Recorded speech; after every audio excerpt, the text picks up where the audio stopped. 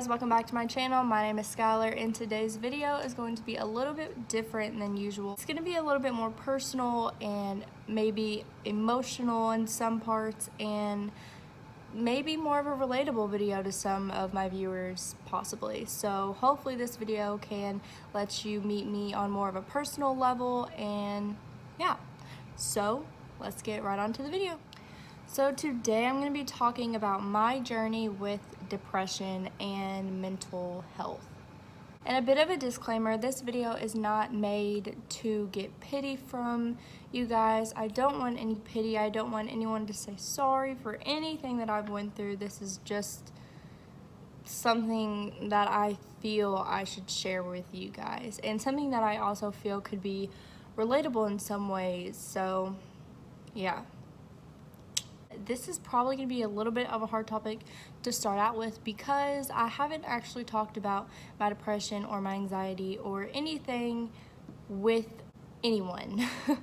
I'm more of a person that keeps stuff to themselves, and I just feel more comfortable that way, but I feel like I'm in a place right now that I can talk about it and I can feel a little bit comfortable talking about it as well. So I guess we'll just see how it goes.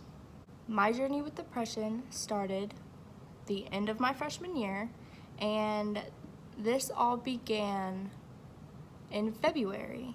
In February, my brother passed away, and this is also going to kind of pull in the suicide awareness note. So my brother committed suicide. So I'm not going to say that my depression started right off the bat, right after my brother passed away, but that definitely triggered my depression in a way.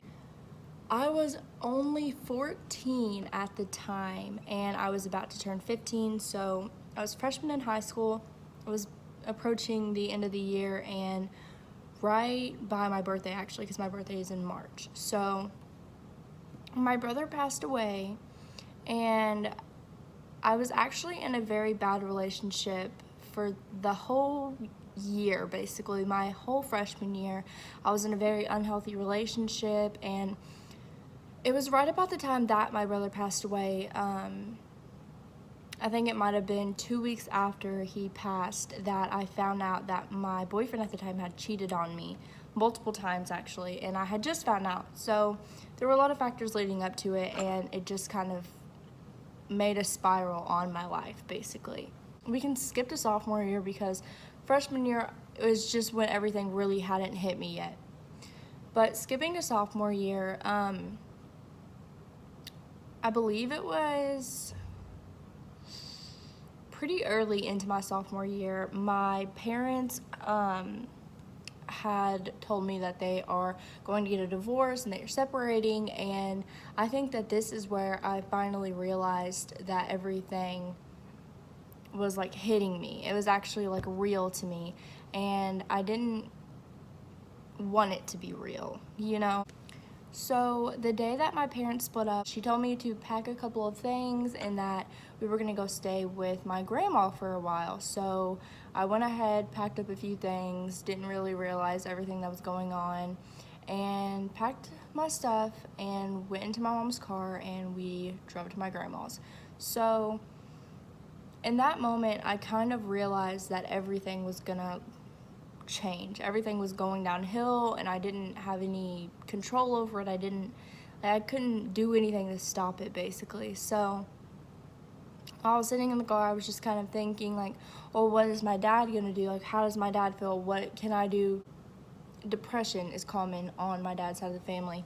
So I didn't know how my dad would react to everything, and I didn't want him to feel alone, and I didn't want him to feel like I didn't love him anymore, or that I was trying to like leave and just never come back, because that's not what I was trying to do. I just didn't know what was happening at that moment, and everything was kind of hitting me all at once. But I didn't know that I did not want my dad to feel left out in any way, and I did not want my dad to feel betrayed by me. So my parents got divorced, and that definitely played a part in my depression, because at that point I just kind of pieced everything together of every bad thing that's been going on in my life, and I mean, that's the down spiral of everything that happened, basically. Like, my depression wasn't bad, and it still wasn't bad at this point, but it definitely triggered a lot more into the depression, is what I'm trying to get at. So early on, my junior year, I had stomach problems, and I don't really know what happened, but I ended up going to the hospital, and they found a abnormality in between both of my lungs, like literally like right here. And so they told me that I should probably get it taken out just so it doesn't become anything like cancerous or become anything bad. So that would mean I would have to get 2 different lung surgeries. And I know whenever you hear that you're getting surgery, you aren't very happy about it. You're not excited. You're probably more scared than anything. But I wasn't scared. The only thing that I was thinking about whenever I found out I had to get 2 surgeries is that when I'm in the hospital, my family's gonna be together, and that made me happy. I remember me and my sister and my mom and grandma, we all had a conversation about me having to get surgery. And she was looking at me, or my sister was looking at me, and she was like, "You're excited to get surgery? Who gets excited to have surgery?" And she, like, if you knew my sister, it was just funny in that moment. And in that moment, you know, I was just like, oh, well, I want to go in the medical field, so of course I want to get surgery. I want to know what it's like, blah, blah, blah. But in reality, I was thinking to myself, well, it's going to bring the family back together. It's going to make them get along. When I figured out that I was getting surgery, I was excited about my family, but I was also excited because I had secluded myself from people for so long. I really didn't have that many friends after my freshman year of high school. I just didn't want all the attention. But once I found out that I was getting surgery, not only was I happy that my family would get brought together, but I was happy that the focus would be on me. Because no one really notices when you're hurting or when you're upset or when you're depressed or when you have bad anxiety. No one really sees that. And I just thought that having all the people that I love around me would help me and make me feel better in a way. And for the most part it did, but not for long. So senior year came and it kind of flew by, honestly. Senior year was actually the year I thought that I would redeem myself from everything that's happened to me throughout high school, and I didn't do any sports because I just wanted to have fun this year. I wanted to go to all the football games, I wanted to go to the basketball games, and I wanted to tailgate, and I wanted to just be in the moment. So senior year flew by, everything went well. I actually met my boyfriend Blake. Well, I didn't meet him, I've known him, but we started dating my senior year. And he was a very big impact on why my senior year went the way it did. Also, my old best friend was as well. Flash forwarding to August of the next year, basically, after I graduated. I got into Morehead State University during the school year, probably around February or March. And I told my parents that I was going to Morehead and I was moving away. And I thought that moving away for college would help. And in a sense, I thought that it would kind of make me recreate myself in a sense and meet new people and have more people to talk to and be friends with. Come August, when it was time to move in, I was so very excited. We got everything moved in. It was probably about 3 weeks in. Me and my best friend at the time moved in together, and we were perfectly fine, don't get me wrong, but we kind of figured out that we weren't connecting anymore and that it just wasn't working with us anymore. And we kind of just grew apart from each other. And it's not a bad thing to grow out of people when you get to college, because even when you grow out of someone, you have another person that's right there that can be your friend. I just remember one day I was laying in my bed and I was with Blake, and I just felt like a complete flush of emotion just like wipe over me, and I could not control it, and I just started bawling my eyes out. And I didn't know, I couldn't put into words what was wrong and what was happening.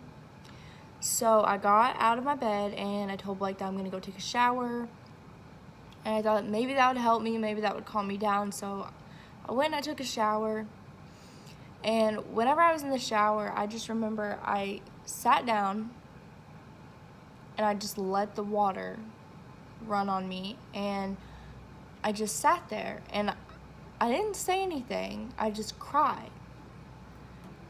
I was bawling my eyes out, and I didn't know what was wrong. I didn't know how to control it. I was breaking down, and I remember while I was sitting there, I started praying, and which is unusual for me because I don't go to church anymore. I used to, and I definitely want to start getting into it again, but I'm just so busy right now. But in that moment, I started praying, and I prayed that things would get better and that everything would lighten up for me and just a bunch of stuff. So I got out of the shower and I went and sat on my bed, and long story short, I ended up moving rooms because me and my old best friend were not connecting as well as we used to, and it just wasn't working out for either of us anymore. So I switched rooms into the room that I'm in now, and everything is going pretty good. Present time, I applied for a resident advisor position. If you don't know what that is, it's basically just if you live in a dorm, you have a person that you go to if you have any issues or if you need help or just anything, and they live on your floor in their own room. And yeah, so I applied to be an RA, and I got a group interview because the way that Morehead works is you get a group interview, and then if they like you, you get an individual interview. And once you get your individual interview, and if they like you, you get the job. So I applied, got the group interview, and my boyfriend actually did too, and he told me everything that he did to get the individual interview and everything that he thinks I should do and just a bunch of stuff. So I went into my group interview and I went in confident and I was just ready for it, and I thought that I did great. Like, I thought that I killed it. But I got an email the day after the interview, and it said that they were going to go a different way, basically, and that they want me to reapply for next semester, but they did not want me for an individual interview, which is fine because honestly, now that I'm thinking about it, I would be so stressed out, and I don't need that. So I'm actually thankful for the decision that they made, but I will be reapplying come fall next year because I think that by next year I'll be a bit more settled in. But I didn't get the job, and that moment that I didn't get the interview, every bad thing that happened kind of just came flooding back, basically. And I'm not really sure why. I think it might be just me being in a new place and not having any family or not having really anyone that I'm close to except my boyfriend. But everything just kind of came flooding back, and it was very overwhelming.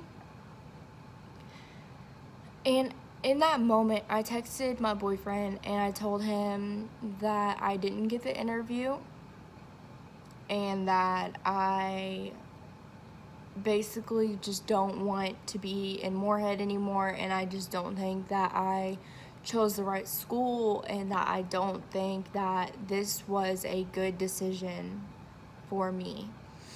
And I told him that, you know, coming into college, everything is supposed to be different. Everything, like, people say that college is the best time of your life, or it's supposed to be the best time of your life. But right now, it just wasn't feeling like it, and I was just getting really down on myself, and I just didn't really know what to do. So like I said, I texted my boyfriend, I told him everything, and then I just kind of got to thinking, like, all the bad things that have happened to me, and then I come to college seeking a new life and seeking new friends and just seeking everything to be a little bit better for me. But then I come to college, and right off the bat, I lose my best friend, and I have breakdowns, and I'm completely stressed out, and I just have anxiety attacks every single day, and I just don't know what to do. So when I texted him, I was like, I think that I want to transfer schools. I don't want to be here anymore, and I think that I'm going to transfer next semester. And I basically just told him that everything is hitting me all at once, and just not getting that interview was kind of like the breaking point for me. Coming to a new school isn't a bad idea, don't get me wrong. But coming to a new school and expecting so much from it, and then losing so much from it, it's just not the way I wanted everything to go. The end of my freshman year going into sophomore year, I remember having so much anxiety that I would literally pull my eyelashes out because I was so stressed out, and my anxiety was eating me alive. Like, I just did not know what to do. Literally just like see my eyes and how puffy and how red they were, and it's yes, because I was tired and everything else, but it's because like I was so stressed out that I was pulling my eyelashes out, and I just like, that was my coping mechanism. That is how I coped with everything. And that is what happened when I had my anxiety attacks, basically. And I don't know, just this last month of college has kind of, in a sense, brought me back to where I was my freshman and sophomore year of high school, and that's not where I want to be, or that's not where I wanted to be. And I went and I talked to my mom about it, and she told me that if I do still feel the same way come next semester, then I can transfer out, and that I can just stay at home after I transfer. And yeah. Also, I would like to make it known that I do not take antidepressants. I don't take any medicine for my depression. I don't want to get put on antidepressants because my family has had very bad experience with antidepressants, and I just don't really believe in them anymore. After my brother passed away, my mom told me that I should try going to therapy, and I did end up trying to go to therapy. I went for about 2 sessions, and then I never went back because it didn't really help me in the way that I wanted it to. And I've kind of just had to deal with my depression in my own ways. And I will say that working out is a very good mechanism for depression, for me at least. I was on a birth control pill, and I just stopped taking it very recently, which I don't know if you guys have ever had this happen, but if you're on birth control, sometimes it can affect you in worse ways than better. And in my case, it did affect me worse because it intensified my depression, and it made me gain so much weight on top of my depression, which did not help me at all. It actually made me feel so much worse about myself, and that's one of the reasons that I stopped taking it. I don't know. I feel that birth control is a big reason on why I'm depressed, or why like my depression is heightened. My depression didn't exactly start as your typical depression would. I kind of denied that I had depression for a long time. I didn't want to admit to myself that I was depressed, and I wanted to be the strong person in my family that was okay and could help other people be okay, but in reality, I was hurting myself. Hey guys, so sorry for the location change. Earlier, whenever I was filming the video, I was actually in the library, and I requested a study room, and I guess I just lost track of time, and one of the people that were in the next group to reserve the study room came in there and was like, hey, so I had to leave. So basically what I left off talking about was how I have been having really bad experiences with my birth control, and that my family had very bad experiences with antidepressants, and that's why I don't want to get put on them. With birth control, it just makes me gain a lot of weight, and it intensifies my depression like way more than it needs to be, and it just doesn't help me feel confident in myself at all. And antidepressants, I've just never been one to want to be on antidepressants. I just don't think that they help, and I don't believe in them anymore. In present time today, I have not beat depression. Like, I haven't overcome depression. I am depressed, and I know that when you look at my videos and you look at me in person, you probably wouldn't think that I'm depressed, or you wouldn't think anything of it. But a lot of the time you can't see depression on people, and it's hard to see depression on people that aren't making it noticeable for themselves. And that's kind of how I am. I will say that I've gotten a lot better with overcoming my depression, though it's not completely overcome yet. We're getting there, we're making progress, and I would like to thank all of my friends and my sorority sisters and my family and everyone that's just been there for me through the whole process, because I know that I am all over the place all the time. And it just makes me feel good to know that I have so many people that are there for me genuinely. If you are having a bad day and you just feel like there's nothing you can do about it, and there's absolutely nothing that you want to live for anymore, and you just feel like it's over and you want to call it quits, I just want all of you to remember that it's just a bad day, and it's not a bad life, and it may be rainy now, but it cannot rain forever. And I promise you that if you just keep fighting through it, then everything will work itself out, and you will look back at yourself in the future and feel so much better knowing that you did not end everything and you kept going, because that makes you a fighter and you're strong. And I love you, all of you who are fighting alongside with me.